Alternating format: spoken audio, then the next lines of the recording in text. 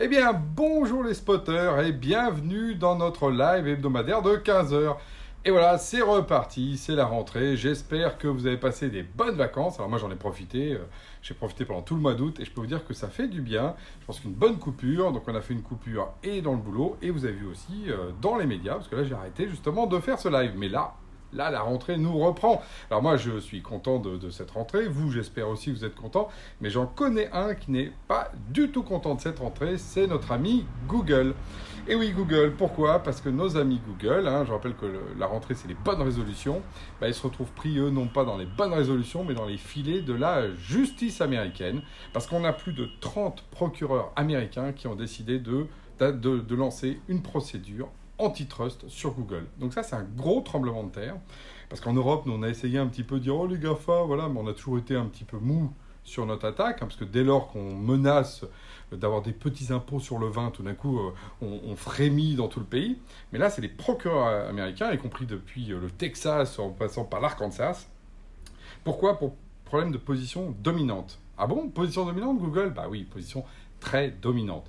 Si je vous redonne juste un chiffre, et c'est pas le seul, vous verrez, ils sont énormes. C'est un monopole, par exemple, sur le search. 92% des search aujourd'hui passent par Google.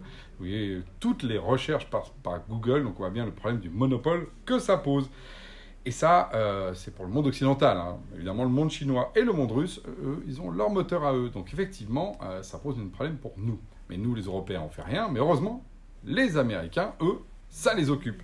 La preuve, c'est qu'en fait, ils avaient mis en place en fait une loi qui date de 1890. Je vais aller vérifier sur Wikipédia.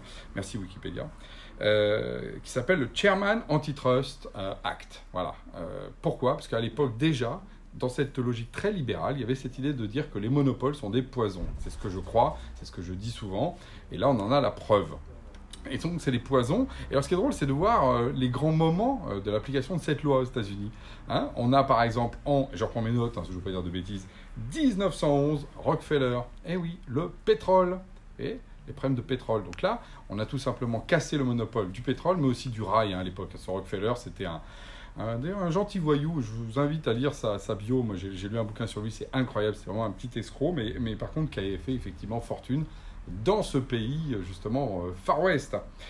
En 1974, c'est celui de AT&T. Je ne sais pas si ça vous parle. En fait, c'est les telcos. C'est le moment où on a coupé les Babybel, etc. Enfin, on a coupé, en fait, le monopole des telcos aux US en plein de petits, les Babybel, les enfants belles, pour éviter, justement, cet effet monopole, parce que là aussi, il y avait de l'abus.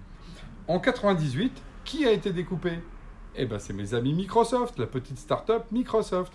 Et comme par hasard, c'est beaucoup de choses, d'ailleurs beaucoup d'analyses ont été faites là-dessus, c'est grâce à ça que certaines personnes disent qu'il y a pu y avoir en 2000, non seulement la bulle Internet, mais l'apparition de petites startups qui allaient devenir grosses, comme par exemple Google. Google est apparu à ce moment-là.